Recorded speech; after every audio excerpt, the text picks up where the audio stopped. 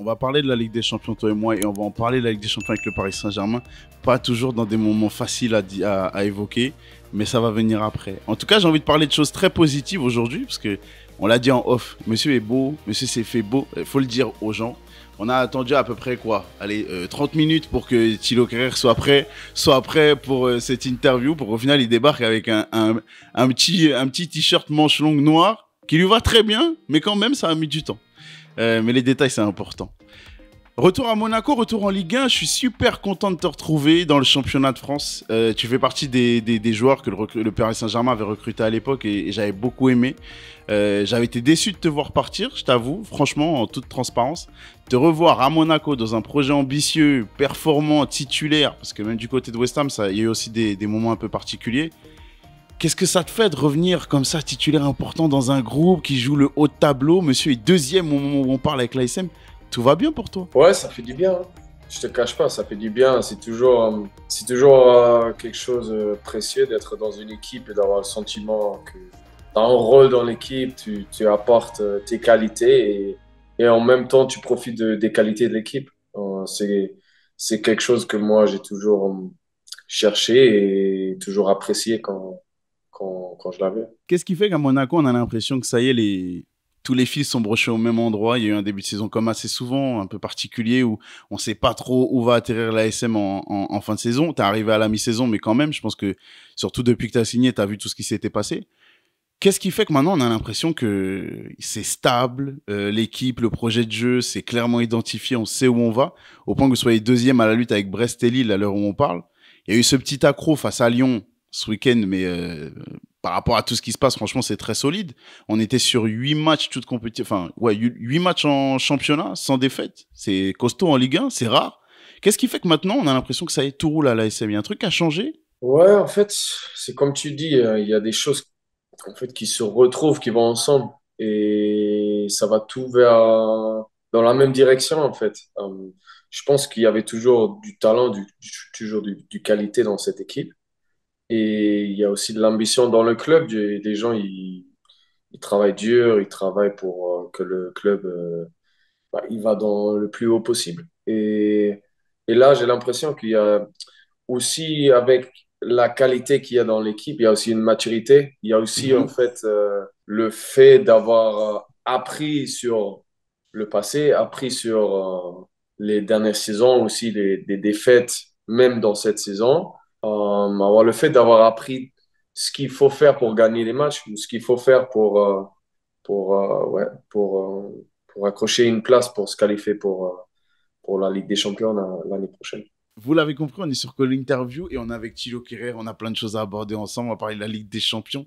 On va parler du Final 8. On va parler de Neymar, Messi, son départ du PSG, la sélection allemande et l'Euro. Donc restez avec nous, on n'a pas fini. Continuez de supporter le projet Call Interview. Là, on parlait du collectif. Je vais recentrer un petit peu les débats sur toi.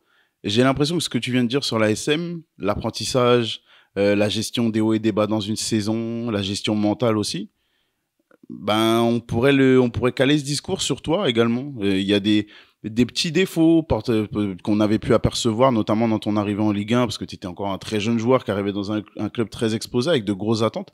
Là, quand je te vois jouer, je sens une sérénité, je sens une tranquillité. Est-ce que tu as l'impression que toi aussi, ça y est, tu sais exactement ce que tu fais, comment tu le fais, comment le faire pour que ça se passe bien personnellement pour toi? Ouais, en fait, je dirais que c'est plus euh, ouais, la tranquillité, la confiance dans ses qualités. Et en fait, pas seulement ça, parce que il faut vraiment de le sentir, il faut vraiment d'être dans le match. Et c'est ça que j'ai pris en maturité pendant les années.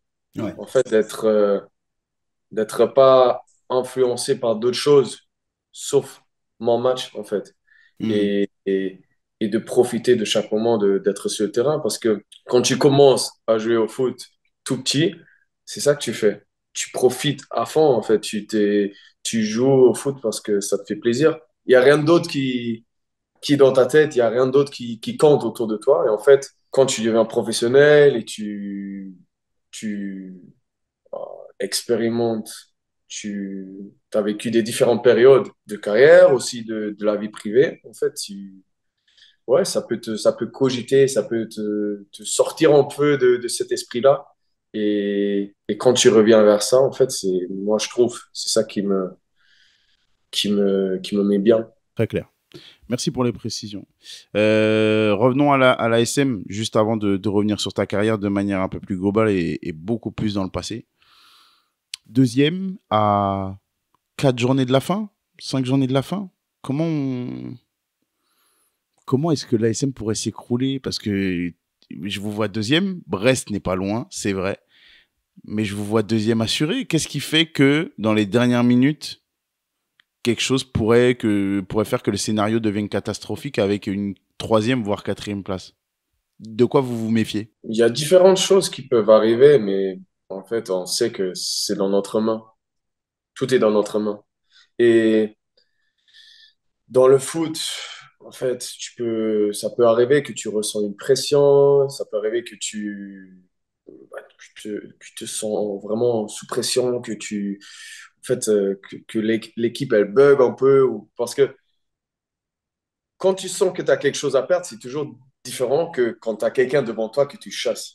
Ouais, Mentalement, c'est toujours plus facile, c'est toujours plus simple d'avoir un but devant toi et de te dire, je vais chasser ça. ouais. Quand tu as quelqu'un derrière toi qui te chasse et tu sais que si on ne gagne pas, si on fait un truc, eux, ils peuvent nous rattraper, c'est ça mentalement qui est difficile. Et en fait, on doit se méfier de ça, je pense. Ça, c'est la seule chose qui est un peu difficile.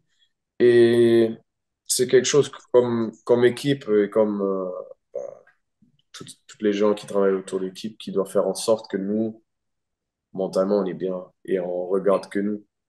On reste focus sur nous, sur ce qu'on doit faire et de mettre notre équipe sur le terrain, en fait, de mettre notre style de jeu sur le terrain, de mettre nos valeurs sur le terrain.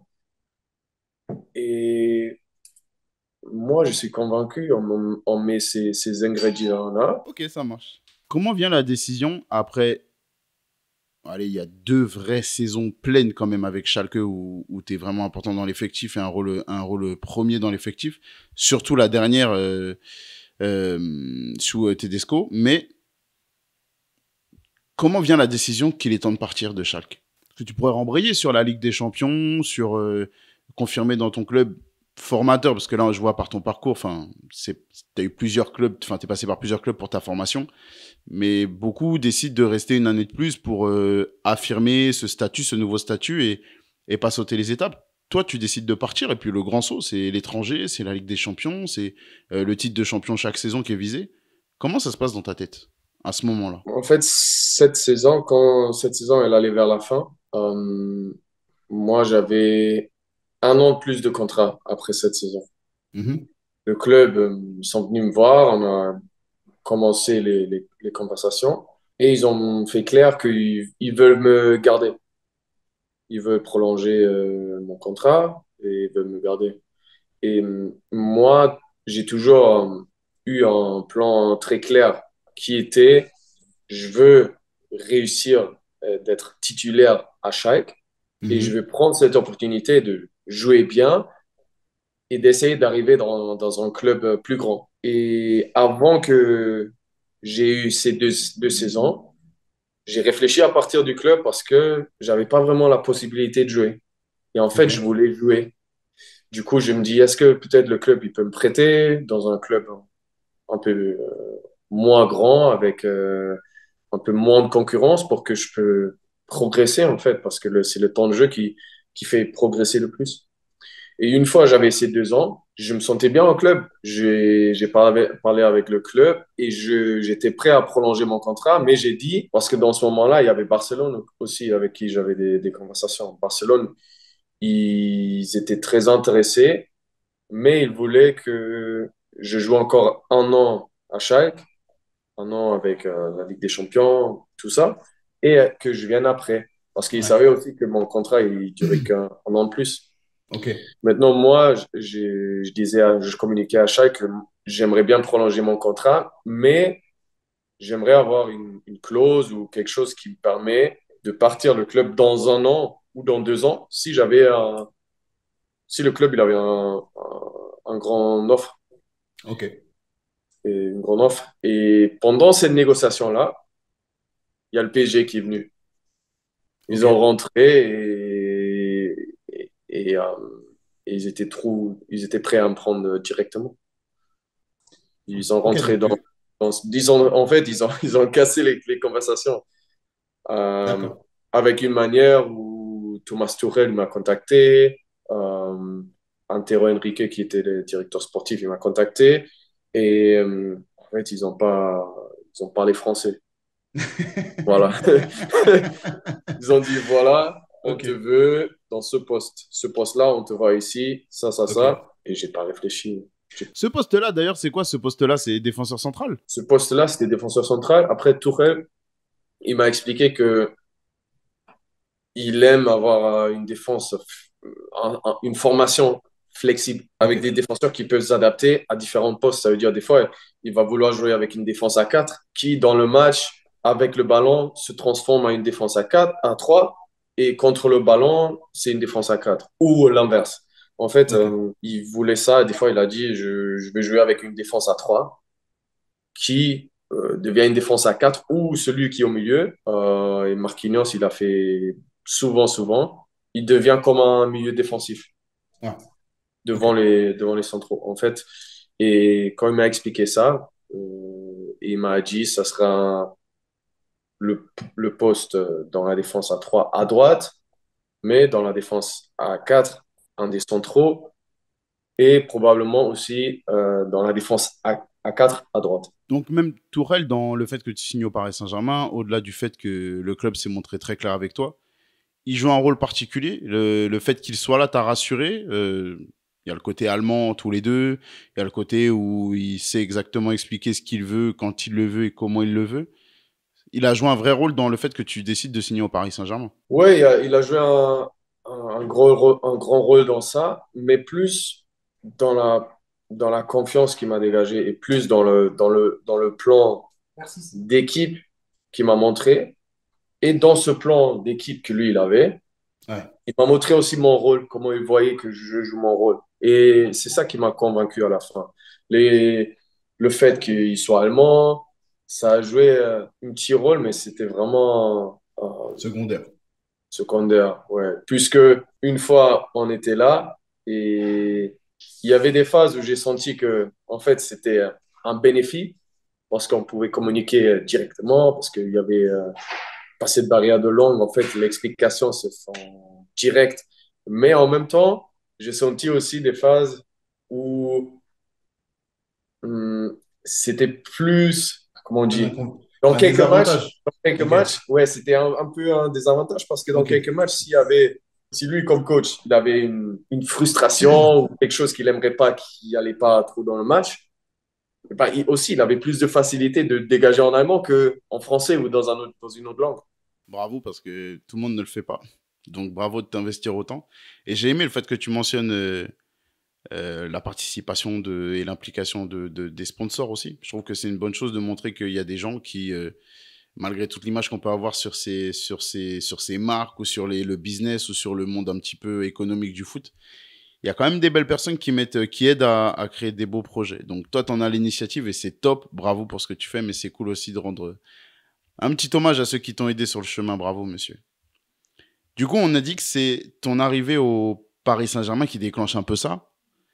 Parle-moi de ton arrivée au Paris Saint-Germain. Comment tu le vis? Beaucoup me disent que c'est une adaptation, l'exposition médiatique, les attentes. Il y a aussi une espèce de, au moment où tu arrives, toi qui a continué de se développer encore aujourd'hui, mais une espèce de petite colère de la part des anciens clubs ou des supporters d'anciens clubs envers le Paris Saint-Germain. On peut le voir en France, mais on peut le voir aussi en Europe. L'image du PSG n'est pas forcément toujours bonne parce qu'il y a ce côté nouveau riche qui vient avec de grandes ambitions. Comment tu vis, toi, cette surexposition-là, en arrivant si jeune dans un club tant exposé, avec de grandes ambitions affichées de gagner la Ligue des Champions? Comment ça se passe pour toi, l'adaptation? Ouais, c'était une grande différence de venir du club des Sheikhs, qui est déjà un grand club, Ouais. euh, avec un stade de 60 000 spectateurs, et le stade qui est toujours rempli, une région où les gens, en fait, ils vivent le foot. Du coup, il y a ce côté de fanatique qui est toujours là.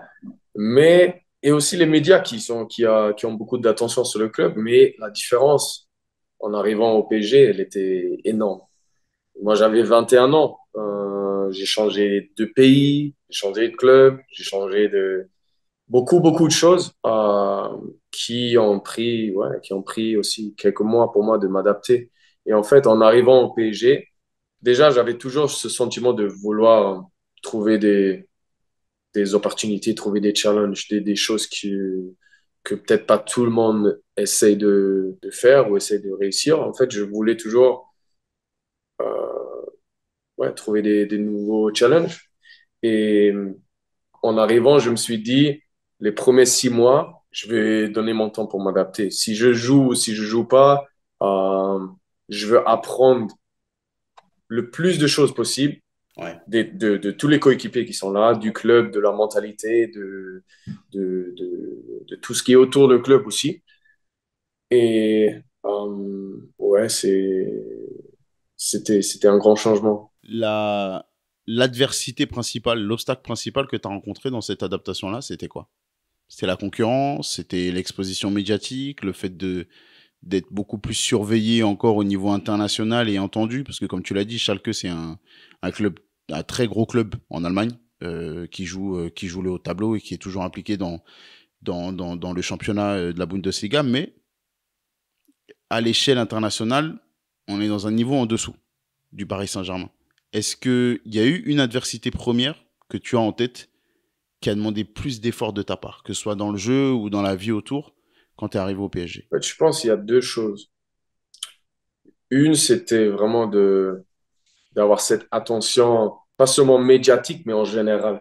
Toutes les gens dans ta vie privée, en fait, partout où on allait comme équipe, ou même quand je sortais en ville, ou n'importe quand je quittais la maison, il y avait l'attention qu'il n'y avait pas avant.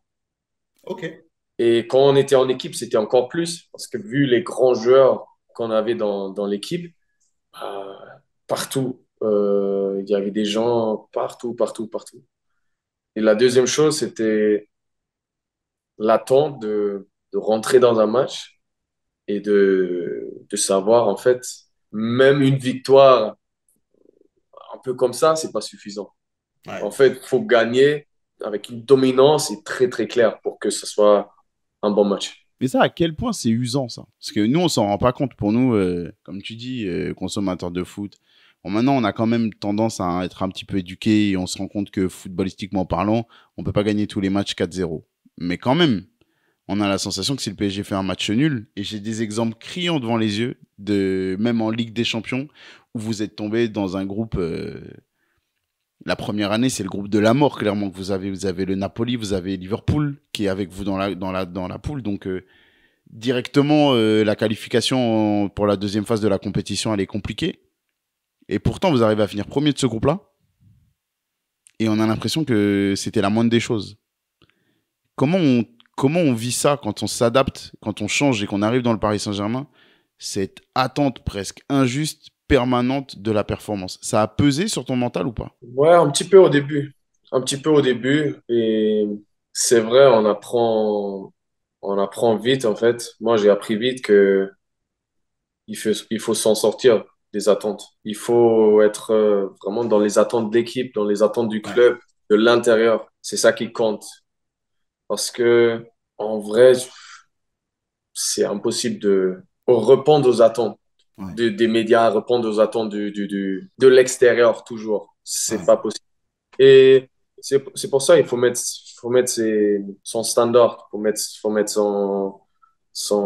ses attentes qui viennent de l'intérieur, qui viennent du club, mais aussi de l'intérieur de soi-même. Et d'être vraiment concentré et rester concentré sur ça. Bon, on a parlé de la Champions sur ta première saison. On va arriver au match qui picote un petit peu, Thilo. Je t'ai rarement entendu en parler. Donc, c'est toi qui me dis, comme d'habitude dans cette émission, c'est toi qui me dis à quel point tu veux en parler ou pas. Je l'ai dit, la qualification pour ce premier tour, elle est finalement obtenue avec une première place, alors que Je replonge dans les souvenirs. Il y a ce 2-2 au Napoli qui est arraché dans les dernières secondes par Di Maria. Il y a eu des hauts et des bas dans ce groupe-là. Finalement, vous en sortez en étant premier. Vous tombez sur Manchester United, qui à première vue est un tirage abordable, mais dans la Ligue des Champions, et surtout avec le Paris Saint-Germain, les tirages abordables, on essaie de plus trop dire cette phrase. Il y a la victoire 2-0 à l'aller. Toi, dans ta saison, finalement, l'évolution, tu me parlais d'une adaptation, elle se passe plutôt bien. Petit à petit, tu deviens le titulaire indiscutable dans ces gros matchs-là, tu t'imposes, il n'y a pas trop de remise en question de ton niveau, tout se passe vraiment bien. Parle-moi, avant qu'on arrive au match retour, du sentiment qu'il y a au moment de la fin du match aller. Vous gagnez 2-0 là-bas. On a l'impression que c'est dans la poche. On sent le PSG largement supérieur et il y a une hécatombe d'indisponibilité du côté de Manchester United. Et je pense que ça a faussé plein de choses. Comment vous vous sentez quand vous sortez de ce match retour? Après le match retour, ou tu veux dire après? Le match aller, pardon, excuse-moi. Au sortir du match aller, comment vous vous sentez? En fait, on se sentait en pleine confiance. On a gagné 2-0 à Manchester. C'est un stade difficile d'aller et de gagner d'abord. N'importe n'importe quel moment le club ou l'équipe de Manchester ils sont, c'est toujours difficile d'aller là-bas et de gagner un match. Du coup, on était en pleine confiance et du bon esprit surtout, parce que la performance et le match, l'équipe était impeccable. Et aussi, il Voilà. faut dire que la première partie de saison, avec le record en Ligue 1, où on a gagné, je pense, les premiers 13 matchs, euh, la victoire en décembre contre Liverpool 2-1 à la maison, c'était beaucoup de choses qui étaient très, très positives. En fait, l'équipe, elle était dans un enchaînement naturel où ça gagnait les matchs et ça jouait bien et il y avait une entente presque sans communiquer. Il y a, dans la formule récente de la Ligue des Champions, il y a ce côté très longue durée entre le match aller et le match retour. C'est-à-dire que, si je dis pas de bêtises, j'ai les stats sous les yeux, donc je vais pas dire de bêtises. Le 12 février 2019, il y a le match aller. Le 6 mars 2019, il y a le match retour. C'est-à-dire qu'il y a 3 semaines, il y a presque un mois d'écart entre les deux confrontations.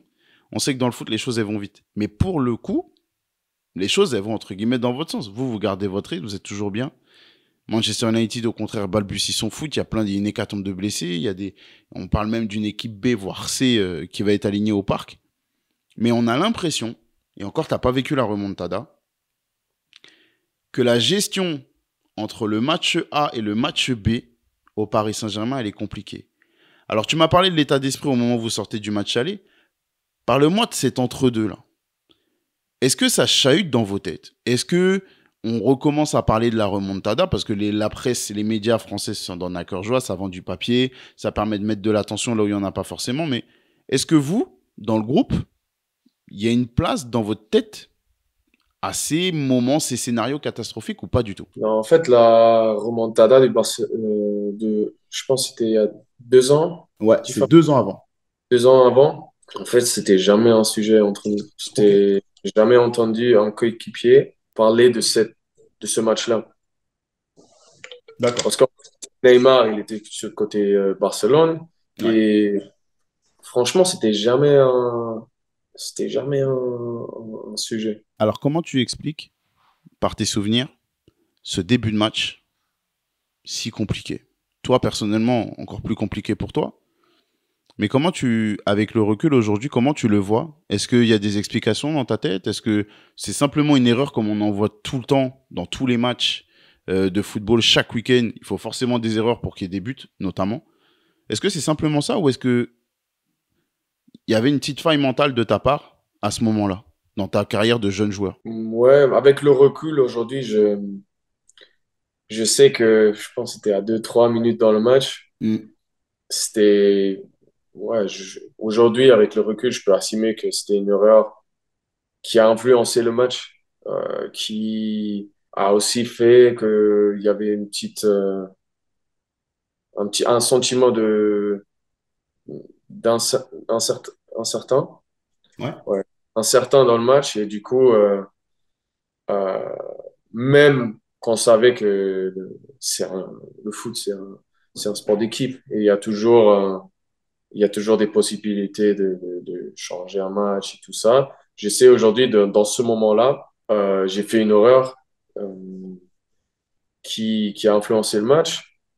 Et je sais aussi que ce qui m'a influencé dans cette période-là, c'est que dans ma vie privée, j'avais une période qui était très difficile avec des choses que j'ai dû gérer euh, dans un stade quand j'avais toujours 21, Ouais, j'avais 22 ans ouais, et j'étais pas prêt à gérer tout ça et en même temps jouer au foot euh, dans des grands, grands matchs importants, comme celui à Manchester. En fait, dans ces semaines-là, dans cette période, mentalement, dans ma vie privée, j'étais pas dans une bonne place. Et ok. ce qui a fait que, aussi, je rentrais dans le match, hmm, pas avec les mêmes, comment on dit, le même sentiment que tu veux rentrer dans un match important, en fait. Tu veux rentrer dans ce match en te disant, j'ai la chance d'être là aujourd'hui. Je vais profiter du moment. Je vais donner mon meilleur.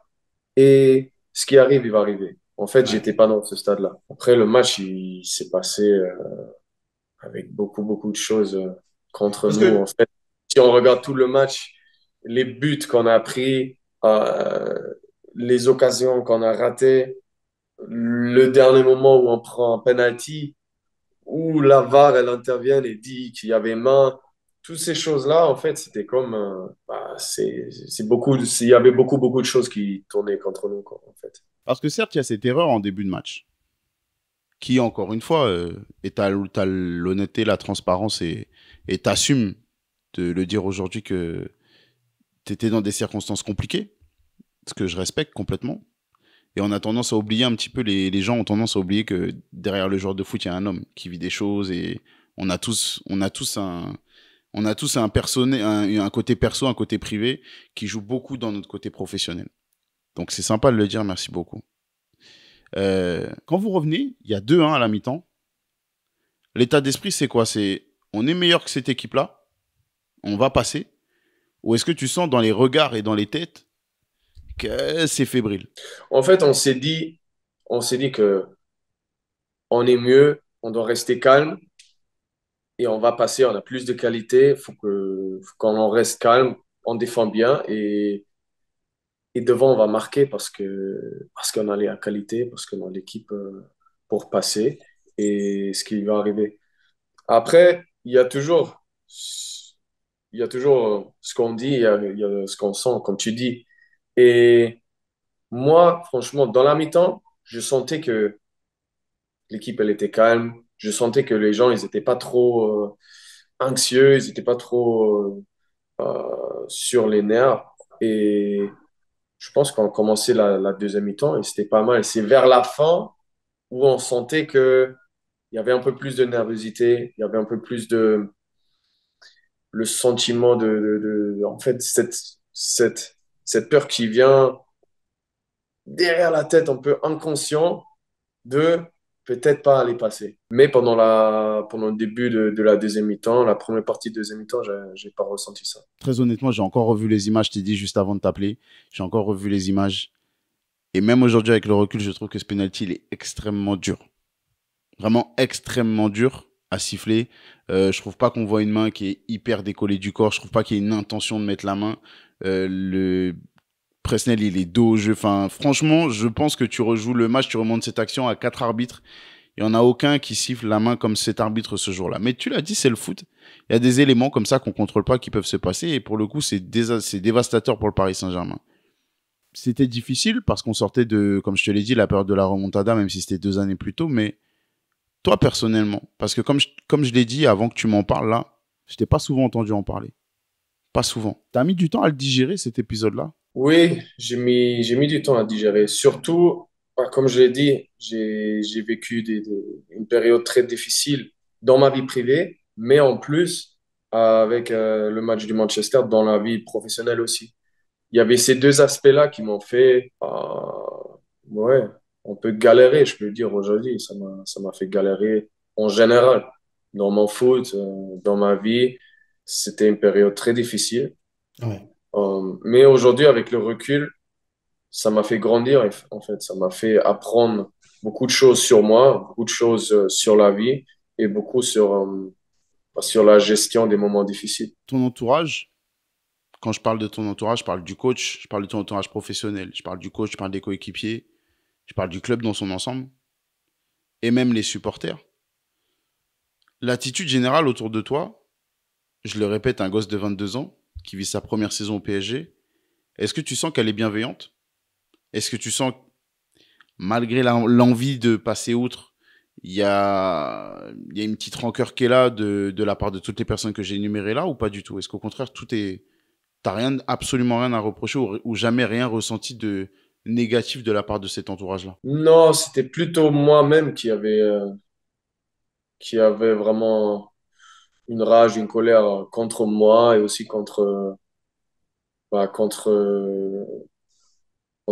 l'horreur que j'ai fait ou contre bah, le match en fait qui comptait beaucoup, beaucoup, mais où je pouvais pas montrer mon vrai niveau en fait. Moi, j'avais vraiment cette colère dans moi parce que Hmm. j'ai toujours été dur avec moi-même sur mes performances, sur mes matchs et tout. Et quand j'avais cette période-là, en plus d'avoir du mal dans ma vie privée, ça a rajouté en fait cette manière d'être dur avec moi-même. Dans cette émission, c'est vous les boss. Ça fait plusieurs fois qu'on fait allusion à ce qui se passait dans ta vie privée. Est-ce que tu te sens de partager un petit peu de ce qui s'est passé, ou on garde ça privé? Non, je préfère garder ça privé. Ça marche. On est passé dans du côté un petit peu sombre. On va parler de choses un peu plus positives. D'accord? Je pense que ça va être bien pour le mood de tout le monde. On est l'année du Covid. Donc on est l'année d'après, la saison d'après. Avant d'embrayer sur ce qui s'est passé, est-ce que au sortir de cet épisode compliqué dans la vie privée, compliqué au niveau professionnel, même si finalement il n'y a pas mort d'homme non plus, hein, on en fait tout un truc, mais t'as tué personne, tu te poses la question de partir ailleurs ou pas? Non, jamais. C'est jamais venu à l'esprit de se dire c'est compliqué ici, je me sens pas bien, je pars. Non, en plus, au contraire, je me suis dit, je veux remettre les choses à sa place. Je veux remontrer si, enfin, j'espérais, si je vais avoir l'opportunité et des matchs de même importance, des matchs de même stade, je voulais montrer que j'avais ce qu'il faut. Et il y avait des raisons, une raison pourquoi j'étais là, en fait. J'aime bien cette réponse. On arrive au Final 8. Et là, je trouve que c'est une expérience tellement hors du commun dans le monde du football. De toute façon, on ne le revivra pas. Que j'ai besoin de savoir comment tu as vécu les choses. Il y a Dortmund. Et je parle expressément de la Ligue des Champions parce que finalement, la Ligue 1, c'est tellement particulier avec un arrêt, avec bref, une saison encore très bizarre que j'ai pas tellement envie de m'arrêter dessus. Par contre, la Ligue des Champions, elle est incroyable sur cette année-là parce que déjà, c'est la première finale atteinte par le club. Donc bravo monsieur, tu as marqué l'histoire du Paris Saint-Germain, encore une fois. Deux, il y a ce Final 8 où vous êtes dans une vie, dans une bulle. On a l'impression que c'est presque une mini Coupe du Monde que vous vivez ou un mini Euro. Et que j'ai jamais senti la force de ce groupe de manière aussi importante, de manière aussi claire.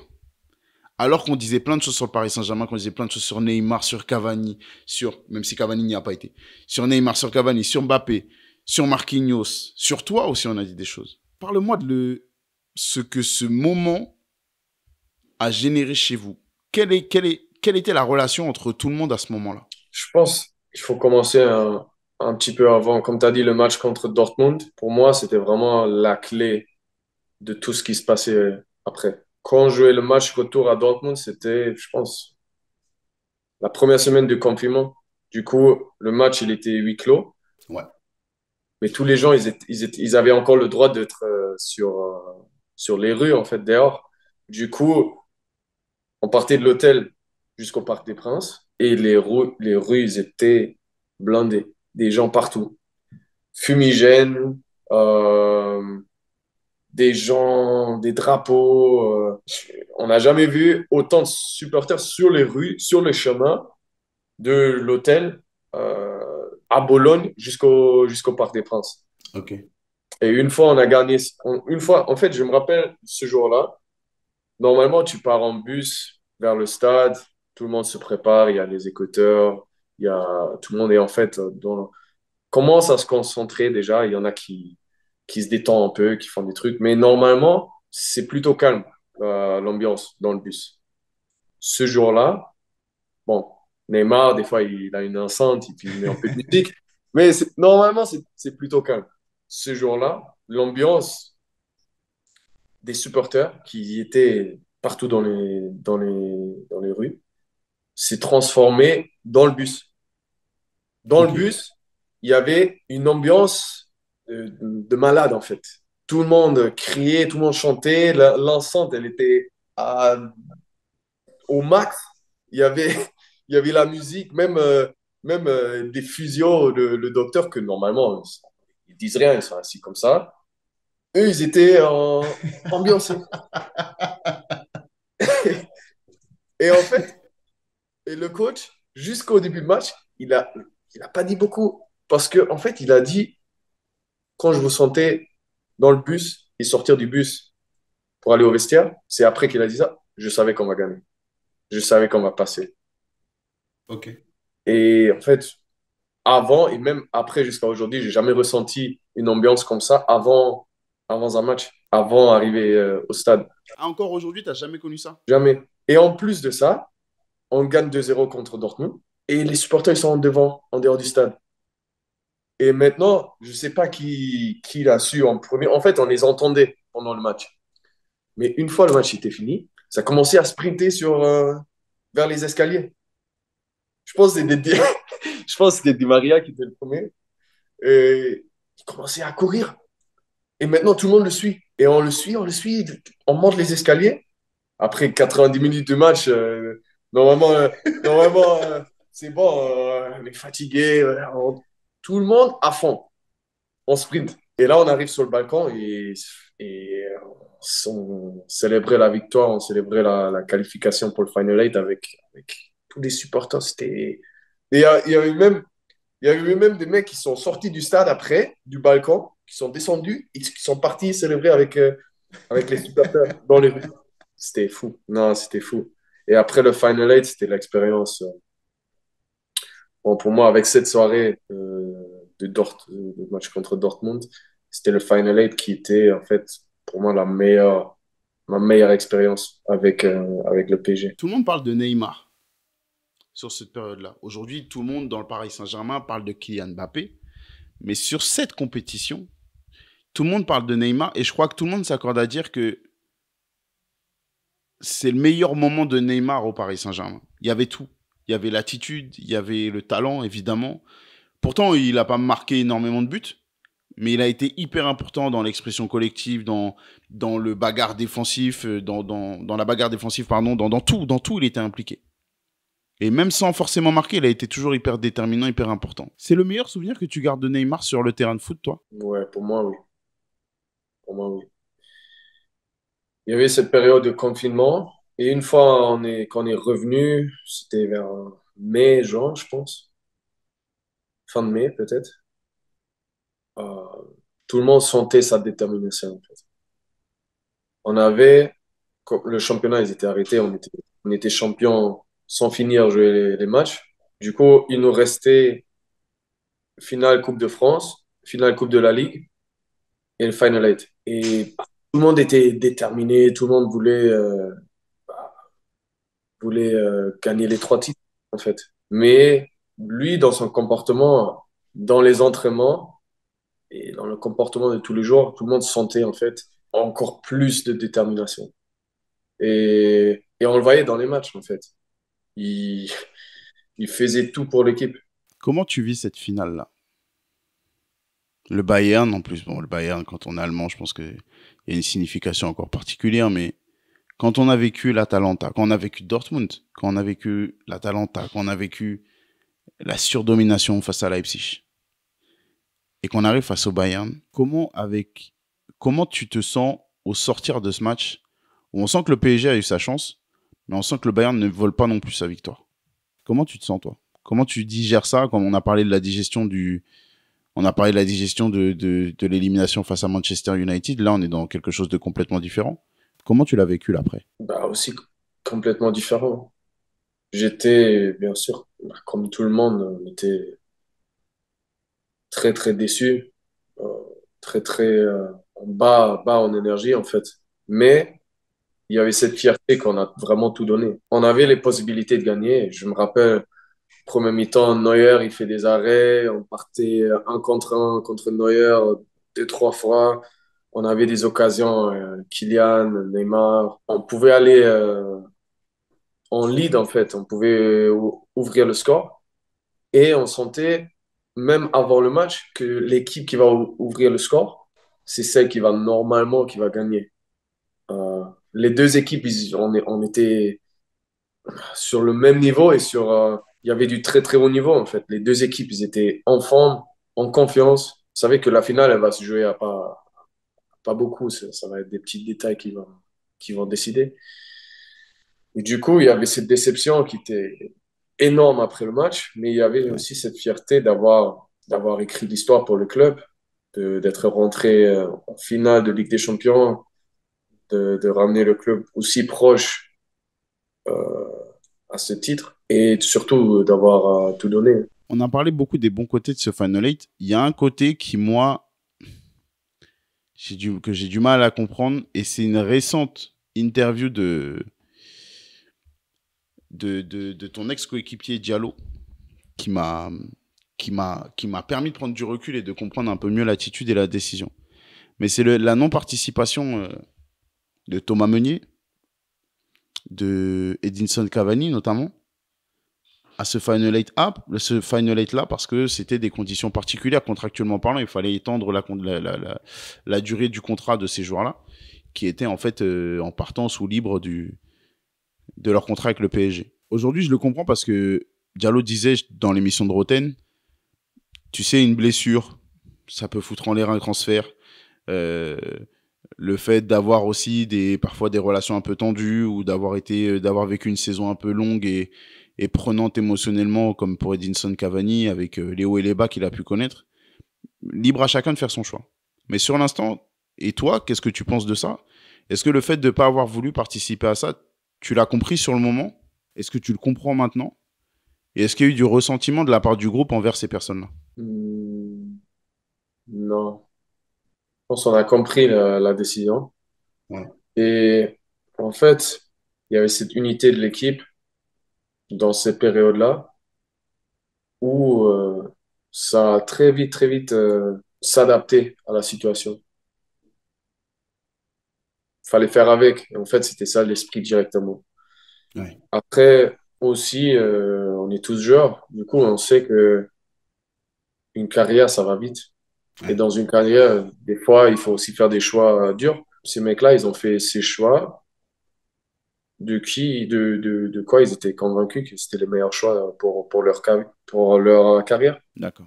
Donc il n'y a pas eu de ressentiment, il n'y a pas eu de sentiment négatif de la part du groupe vis-à-vis de ces personnes-là? Non, non, bien sûr, on aimerait que les deux, ils étaient avec nous pour nous aider à accomplir la mission. Mais comme ils ont choisi différemment, ou aussi, on sait jamais, comme Abdou il a dit, on sait jamais ce qui se passe derrière. Quand les portes elles sont fermées, on peut pas savoir ce qui se passe, ou qui s'est passé dans cette période-là pour eux. Du coup, il restait rien que de l'accepter. La saison qui suit, elle est hyper particulière, et je vais accélérer parce que ton temps il est précieux, mais la saison qui suit, elle est un peu particulière parce que elle démarre avec Thomas Tuchel. On sent qu'il y a un gros conflit entre le coach, les médias.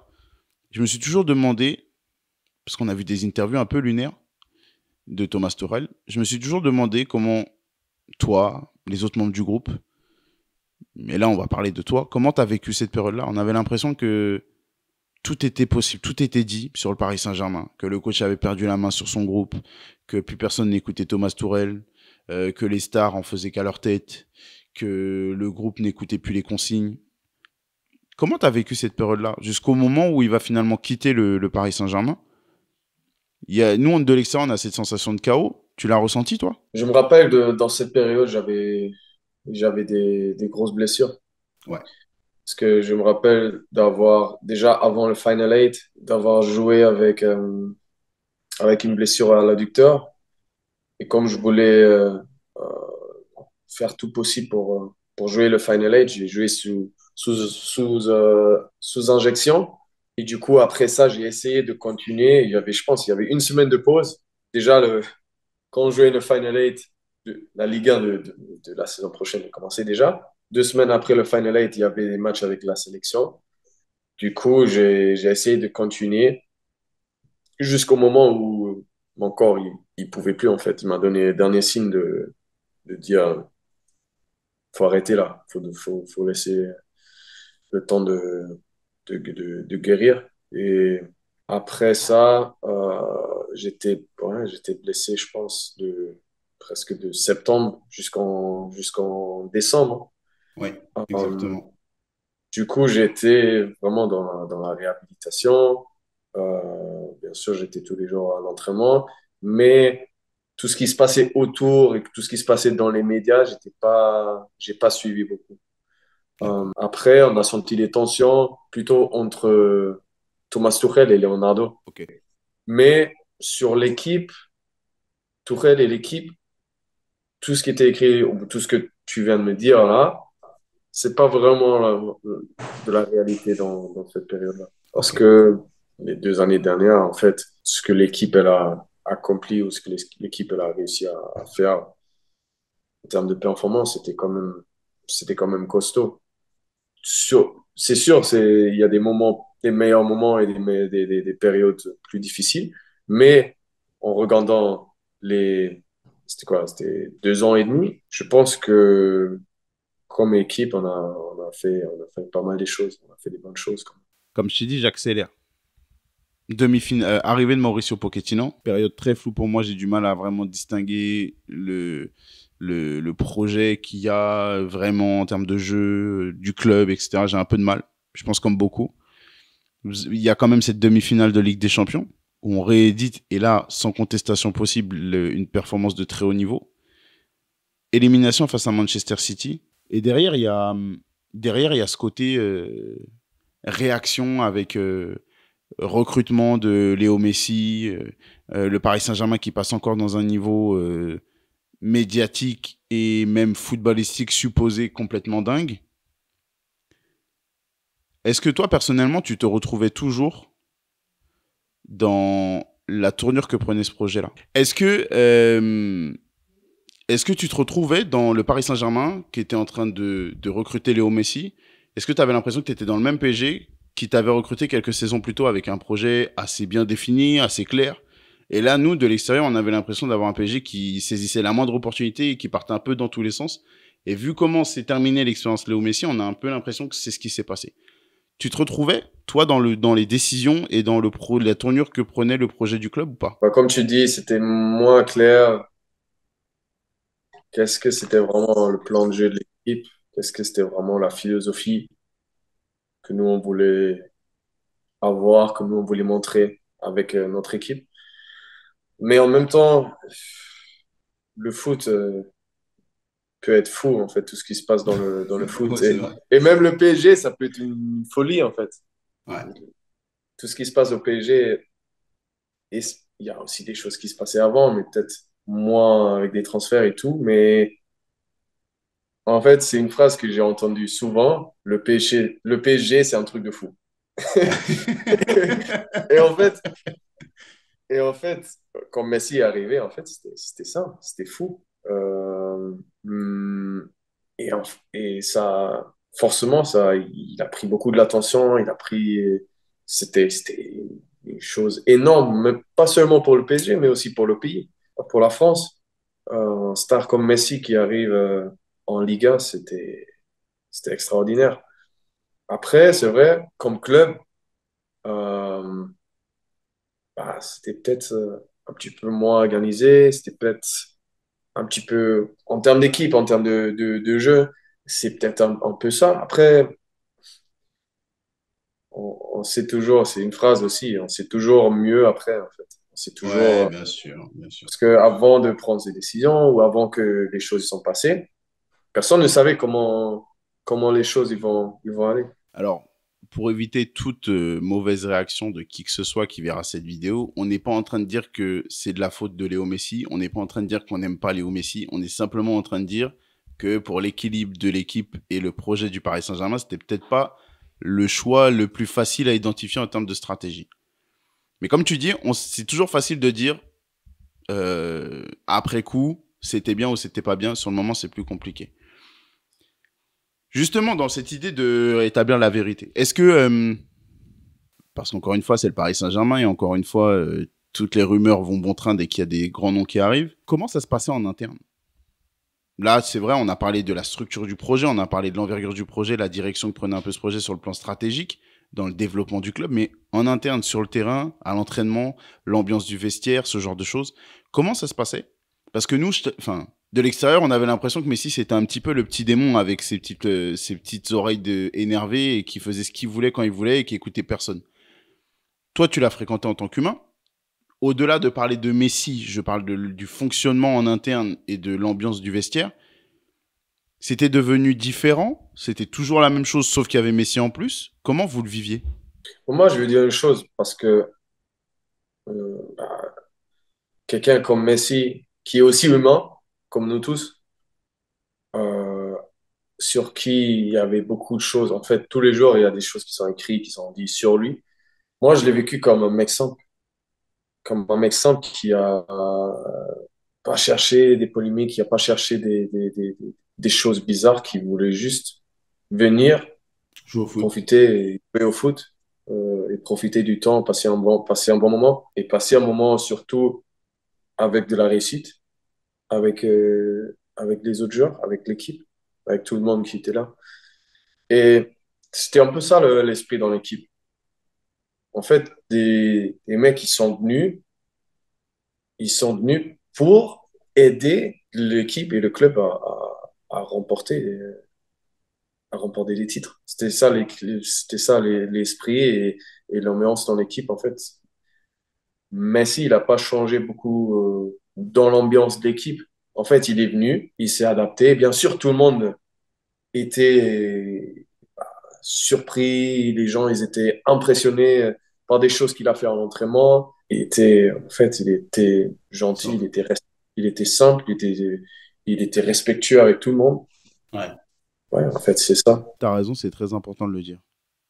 Alors, on a parlé de la tournure du projet, on a parlé de Messi, on a parlé de plein de choses. On a parlé de la décision de venir au Paris Saint-Germain. Comment elle vient la décision de partir du Paris Saint-Germain? Bah, en fait, la décision de partir, elle venait plutôt du club et pas vraiment de moi. Tu voulais rester? Moi, je voulais rester. Ouais. Ouais. Ok. Ouais. Je voulais rester. La deuxième saison avec Pochettino, j'ai fait presque tous les matchs comme défenseur central. Je me sentais très bien. J'ai pris de la maturité de tous les événements qui se sont passés avant, les phases, les phases positives, mais les phases négatives aussi. Et je me sentais vraiment dans une progression dans mon foot, mais aussi comme personne. Et après, bah, pareil, l'été a tout changé. Il y avait la direction qui a changé, il y a le coach qui a changé. Et d'un coup, c'était, bah, on veut vendre 12 joueurs. Et moi, il me restait un an de contrat. Ouais. Du coup, on comprend comment ça se passe dans le foot. Il y a un joueur qui reste un an de contrat. Si tu veux le vendre, c'est soit là, soit tu le prolonges. Si le projet, c'est pas de prolonger le joueur, dans un an, il va partir libre. Ouais. Et du coup, c'était un peu cette politique-là. Euh, le coach, il m'a fait comprendre que il comptait pas vraiment sur moi. Et le club, il a dit, écoute, tu fais partie des joueurs qu'on aime, qu'on veut vendre. En général, on dit que la première ligue, ça change un homme. En bien ou en mal. On dit que ça change un homme. Et un joueur. Il y a eu l'expérience West Ham. On a tellement de choses à aborder ensemble que je suis obligé d'en parler assez brièvement. Et cette expérience West Ham, elle a été courte. Mais elle a été hyper intense. T'es arrivé en titulaire là-bas, sortant d'un gros club avec grosse exposition qui jouait à la Ligue des Champions. Il y a eu ce titre en Conference League aussi. Bravo encore une fois pour ça. Et derrière, on sent que, et c'est toi qui vas me dire un petit peu comment tu vis les choses et ce qui se passe, ça devient plus compliqué. Et j'ai l'impression de retrouver un peu le même cycle qu'au Paris Saint-Germain, où au départ on te fait confiance et que d'un coup il n'y a pas trop de communication autour de ce qui t'arrive. Et on te met un petit peu de côté, tu rétrogrades un petit peu dans la hiérarchie des défenseurs centraux. À quoi c'est dû? Est-ce que c'est ta polyvalence qui fait qu'on ne sait pas si on te met dans l'axe ou sur un côté? Est-ce que c'était un problème mental? Comment tu t'analyses, toi, ce cycle qui s'est un peu répété? Bah, moi, comme je l'ai vécu, pour moi, c'est deux histoires différentes. Ok. C'est deux histoires différentes parce que, bon, à West Ham, c'était plus l'entente avec le coach et aussi bah, en fait des aspects du jeu, comment le coach à West Ham, David Moyes, qui a ramené West Ham aussi dans des sphères que le club il n'a jamais vues en termes de succès, en termes de jouer en Europe, tout ça. West Ham, à la base, ça n'a jamais été un club dans cette dimension, dans cette partie haute du tableau du Premier League. Mais dans le style du jeu, c'était des choses que moi, je sens que comme joueur, c'était pas vraiment cohérent. Et avec Ok. le temps, c'est pas directement quand j'ai réalisé ça, ou même, et je pense qu'avec le temps, et surtout la deuxième saison, quand j'ai ressenti ça, après un moment, le coach, il a ressenti ça aussi. L'entraîneur, il a ressenti ça. Et c'est pas vraiment que, pas des fois dans le foot, c'est pas toujours que la performance qui compte aussi. C'est des fois, c'est des choses comme ça qui peuvent influencer les décisions du coach parce que un entraîneur, il va toujours essayer de gagner. En fait, il veut que Ouais. l'équipe elle gagne et il va mettre des mecs à qui il a le plus de confiance pour que l'équipe elle gagne à la fin. Mhm. Et la première saison, elle s'est passée bien. En fait, j'ai senti qu'il y a un nouveau challenge. Il y a la Premier League qui a un niveau incroyable avec une vitesse. Il y a beaucoup de nouvelles choses à qui je voulais m'adapter le plus vite possible. Et de faire des bons matchs avec West Ham. En plus, on jouait en Conference League. Euh, Dès le début, c'était clair pour moi aussi que je vais aller loin dans cette compétition avec l'équipe. Et du coup, c'était un peu un début direct dans les matchs, direct avec l'équipe, l'adaptation, tout ça. Et c'est pour ça aussi, c'est après des mois ou même presque un an où il y a des petites choses qui sont installées qui ont fait que j'étais plus vraiment le premier choix du coach.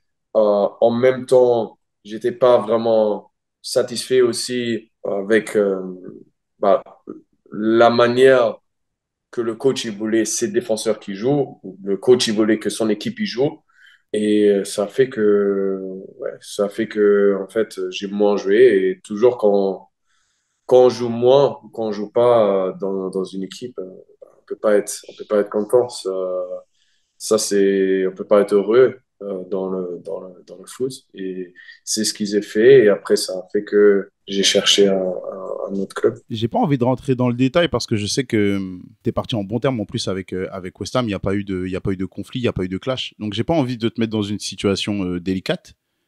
Quand tu me parles de la vision de jeu, moi qui consomme pas mal de Premier League chaque week-end, euh, à quoi tu fais référence? Moi, David, moi, je le vois comme un coach un peu à l'ancienne qui aime les défenseurs très durs. Je prends l'exemple de Kurt. Tu vois, avoir un mec comme Kurt Zuma dans l'équipe, je trouve que ça colle plutôt bien à la vision du foot de David Moyes pour ses défenseurs centraux. Je te vois plus dans une élégance de relance, je te vois plus dans d'anticipation, je te vois plus dans du jeu haut et ta capacité à couvrir la profondeur par ta vitesse. C'est exactement là-dedans où il y a un truc dans ma lecture qui va pas. C'est juste ça, la différence de vision dont tu parlais? C'est ça, mais c'est aussi d'autres choses. C'est aussi D'accord. d'autres choses. Et ouais, c'est vrai, David Moyes, en fait, c'est un coach. Et Mhm. il a sa vision de jeu ouais, c'est vrai, c'est un peu à l'ancienne. C'est la priorité, c'est défendre des centres, c'est le joueur aérien, c'est de pas prendre des risques. En fait, pour moi, c'est un coach qui est fort de prendre une équipe et les faire jouer et défendre ensemble. De prendre une Ouais, équipe même une équipe peut-être qui a moins de qualité, mais elle va faire en sorte que cette équipe, elle va défendre au maximum. Elle va ouais, pas concéder en but. Et c'est ouais, quelque chose que, bah, en fait, c'est pas un secret. C'est quelque chose qui est connu en Angleterre ou dans le monde du foot, en fait, que cet entraîneur-là, il compte sur ça. ouais, Et, et maintenant, c'est vrai que comment West Ham, ça a développé, les joueurs qui ont rejoint le club, il y a beaucoup de joueurs de qualité aujourd'hui. Si on regarde ouais, l'effectif de West Ham, il y a vraiment de la qualité. Il y a vraiment du potentiel de jouer aussi un foot attractif avec cette équipe. ouais, Et, et le fait de me retrouver, moi, dans cette équipe et de défendre la majorité des matchs et aussi de dégager plus de ballons ou jouer ouais. plus des ballons longs alors que je sens que mon style de jeu, c'est pas forcément ça. Bah, en fait, c'était ça. Petite parenthèse sélection quand même, parce que sur l'année où tu signes au Paris Saint-Germain, on l'a dit, hein, la saison 2017-2018, elle est chargée pour toi parce qu'il y a la grosse performance avec Schalke où vous finissez deuxième et tu es un des meilleurs éléments de l'équipe. Et tu connais ta première sélection sur la fin, disons sur septembre, le début de la nouvelle saison avec le Paris Saint-Germain, tu connais ta première sélection. Au sortir du mondial, vu ton profil, vu ton histoire, qui a déjà été racontée plusieurs fois, mais par rapport à la nationalité, les origines de ta maman, le fait que tu aies beaucoup voyagé en étant plus jeune, notamment cette sensibilité, et le fait qu'aujourd'hui, toi et moi, on soit capable de parler dans un français impeccable, s'explique aussi par là. Mais est-ce qu'à un moment, le choix de la nationalité, il s'est posé? Ou même s'il n'y a pas eu un vrai doute de choisir la nationalité allemande, est-ce que ça a créé une discussion dans ta famille, ce choix-là? Non, c'était jamais une discussion. C'était jamais une discussion parce que bah, le Burundi, en fait, et la fédération du Burundi du foot, elle n'est pas développée au stage d'être au courant qui sont les joueurs qui sont en train d'évoluer en Europe ou dans des autres continents, qui peuvent être choisis par la sélection du Burundi. Ok. Il n'y a pas cette conscience parce que le pays, parce que la fédération n'est pas encore à cette stage-là. Ok, ok. Pourtant, tu es quelqu'un d'hyper impliqué dans la vie de ce pays d'origine, du Burundi. Je vois la fondation Thilo Kerrer, par exemple. Tu es hyper engagé dedans. Tu as envie de développer les opportunités qui sont données notamment à la jeunesse de ce pays-là.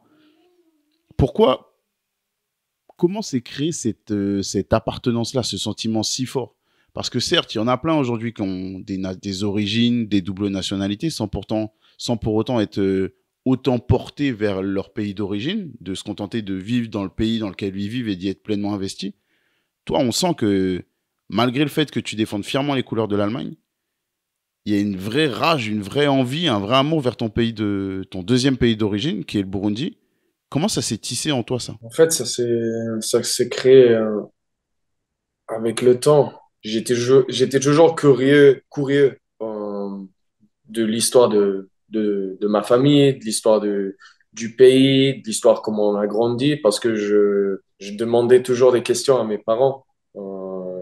Comment c'était, comment c'est l'Afrique, comment c'est le Burundi, la famille qui vit là-bas. Je voulais toujours savoir plus et avoir plus d'informations sur le Burundi. Et, et mes parents, ils me racontaient. Et une fois,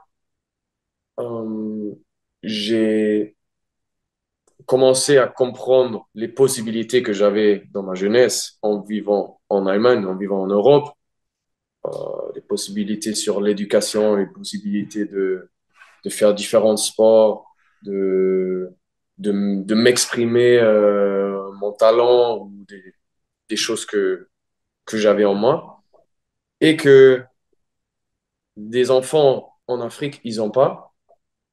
Ça a créé en fait ça a créé ces sensations. Quand j'arrivais au PSG, je me rappelle, j'ai signé un contrat de sponsor avec Nike. pendant des années. Et pareil, j'ai parlé du Burundi, j'ai parlé de la fondation. J'ai dit que je voulais qu'ils mettent le drapeau du Burundi sur les crampons aussi. Euh, et là, petit à petit, on commençait à planifier des projets, on commençait à planifier la fondation. Et aujourd'hui, il y a beaucoup, beaucoup de choses qui se passent. Et en fait, c'est une fierté,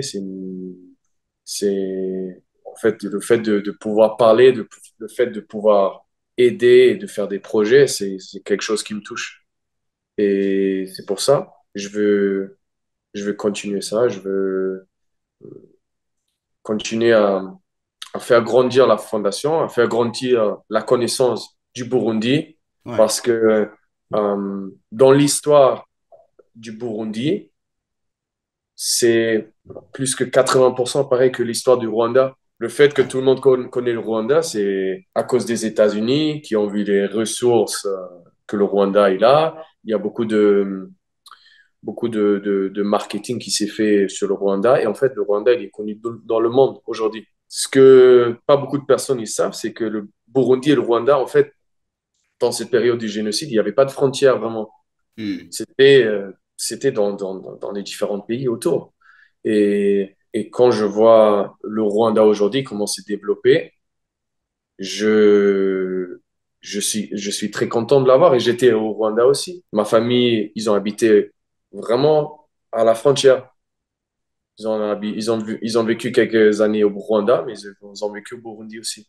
Et du coup, j'aimerais que le Burundi il suit un peu le chemin du Rwanda en termes d'économie, en termes de, de développement du pays. Pour boucler la boucle, et au vu de ce qui se profile, pour terminer cette interview, j'ai besoin de te parler de la sélection.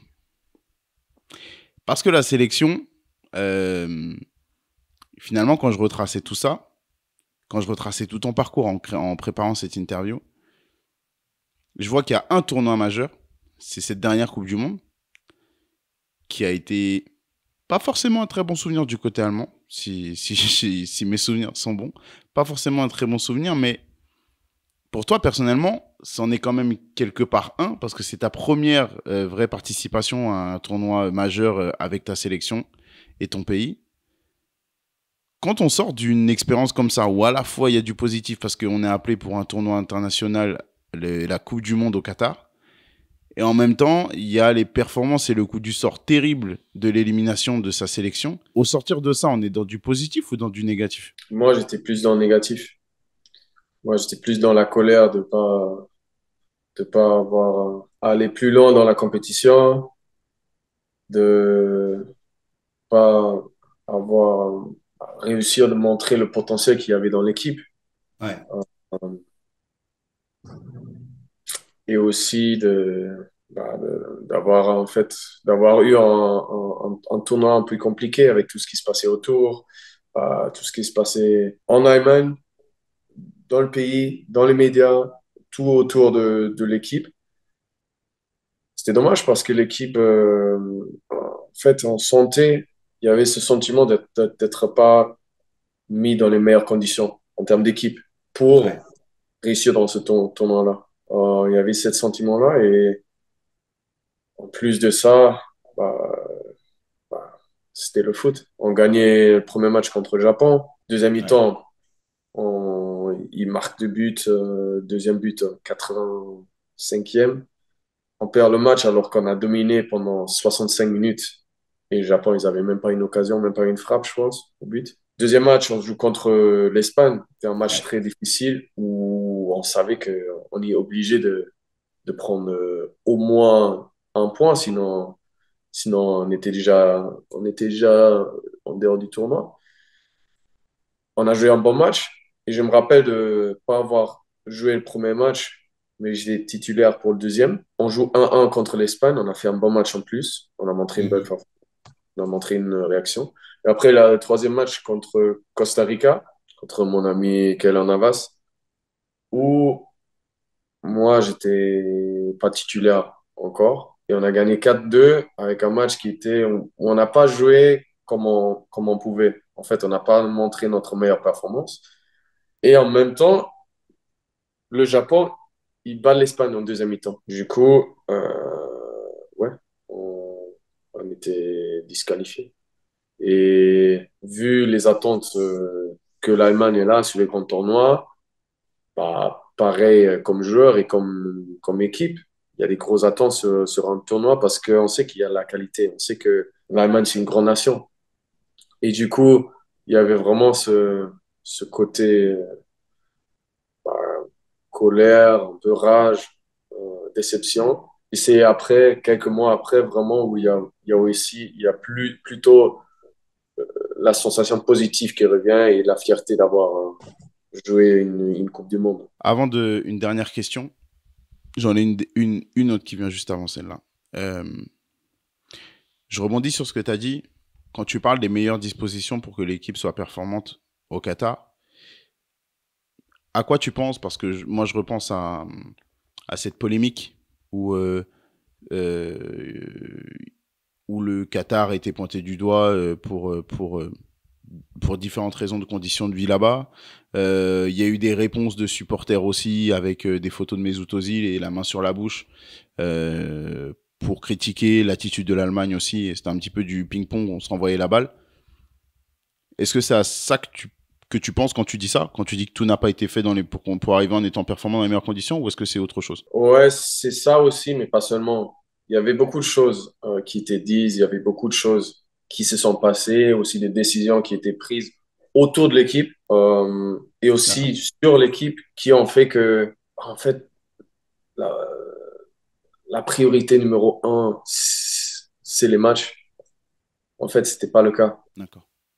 D'accord. Bon, la dernière question, elle te concerne purement et simplement performant en club, titulaire en club, joue les premières places de son championnat, est actuellement deuxième à quelques journées de la fin, dans le tout dernier sprint de cette compétition. Il y a tout qui est aligné pour que tu sois dans cet euro. Ça fait un moment que tu n'as pas été en sélection. Tu es dans quel état d'esprit? Tu y crois? Tu as fait une croix dessus? C'est possible, mais il y a de grandes chances que tu n'y sois pas. Tu es dans quel état d'esprit si on doit mettre un pourcentage? 50-50 ou il y a quand même un côté qui penche plus que l'autre? Franchement, j'ai pas, j'ai pas un sentiment clair sur ça. Je sais que le moment ou la position dans laquelle je me retrouve aujourd'hui et aussi les derniers 3 mois maintenant depuis que je suis arrivé à Monaco, c'est tout où il y a tout qui est là pour que je peux revenir dans la sélection. Maintenant, dans le foot, il y a beaucoup de choses qui peuvent influencer le sélectionneur. Je suis pas avec lui tous les jours. Il n'y a pas eu un petit coup de fil secret caché pour te dire t'inquiète pas, t'y seras, ou il n'y a pas eu tout ça? Non, je sais pas du tout ce qui se passe dans sa tête et je pense que je préfère de ne pas savoir aussi. Euh, Parce que l'euro dans le pays, c'est grand chose. C'est très, très spécial. Et du coup, il va avoir faire ses choix. C'est vrai que les derniers 2 matchs, ils sont passés plutôt bien. Avant ça, avec la sélection, on avait une période très difficile. Ouais. Et moi, en fait, je suis calme. Je vais voir ce qui va se passer. Quoi qu'il en soit, quoi Comme qu'il se j'ai dit, passe, dis-moi. quoi, non, comme j'ai dit, je fais mes matchs. Ouais. Je continue le progrès, le processus dans lequel je suis. Et ce qui va arriver, ça va arriver. Ça dépend pas de moi ou seulement de moi, la décision du sélectionneur. En tout cas, sauf catastrophe, toi, t'auras fait ta part. Maintenant, c'est entre guillemets pas entre tes mains, mais t'auras été performant, t'auras répondu présent, t'auras été déterminant pour ton équipe et t'auras joué les premiers rôles dans un championnat, un des top 5 championnats. Donc, t'auras fait ta part. Maintenant, on croise les doigts pour toi. Quoi qu'il arrive, on te verra en Allemagne cet été. Que tu sois en sélection ou pas en sélection, on te verra supporter l'Allemagne. Je dis pas de bêtises. Thilo, merci beaucoup. Franchement, c'était top. Je me suis régalé. Cédric, qu'on voit pas là, je l'ai saoulé de fou, malade. Je l'ai saoulé pour qu'on puisse faire cette interview. Et franchement, ça valait le coup. Je suis super content de t'avoir reçu dans cette émission. Ça faisait un moment que j'en rêvais et je suis vraiment pas déçu du tout. Merci pour la franchise. On a parlé d'un sujet, notamment la Ligue des Champions et ce fameux match de Manchester United. Tu t'étais pas beaucoup exprimé dessus. Je dis pas beaucoup, mais j'ai même l'impression que j'ai vraiment pas vu d'interview de toi. Presque jamais, ouais, presque jamais. Donc merci beaucoup de l'avoir fait avec autant de transparence. C'est cool. C'est grâce à ça que cette émission est vie. Et moi, de mon côté, je te promets que je croise les doigts pour que tu sois dans cette sélection parce que ce serait beau de te voir quand même en Allemagne. Ouais, merci beaucoup. Merci beaucoup. Bonne fin de saison. Kiff à fond. Et pour les autres, on se retrouve très vite pour un nouvel épisode de Call Interview avec d'autres messieurs en or comme celui-ci et d'autres anecdotes de fou parce que c'est comme ça qu'on kiffe le foot tous ensemble. Allez, ciao.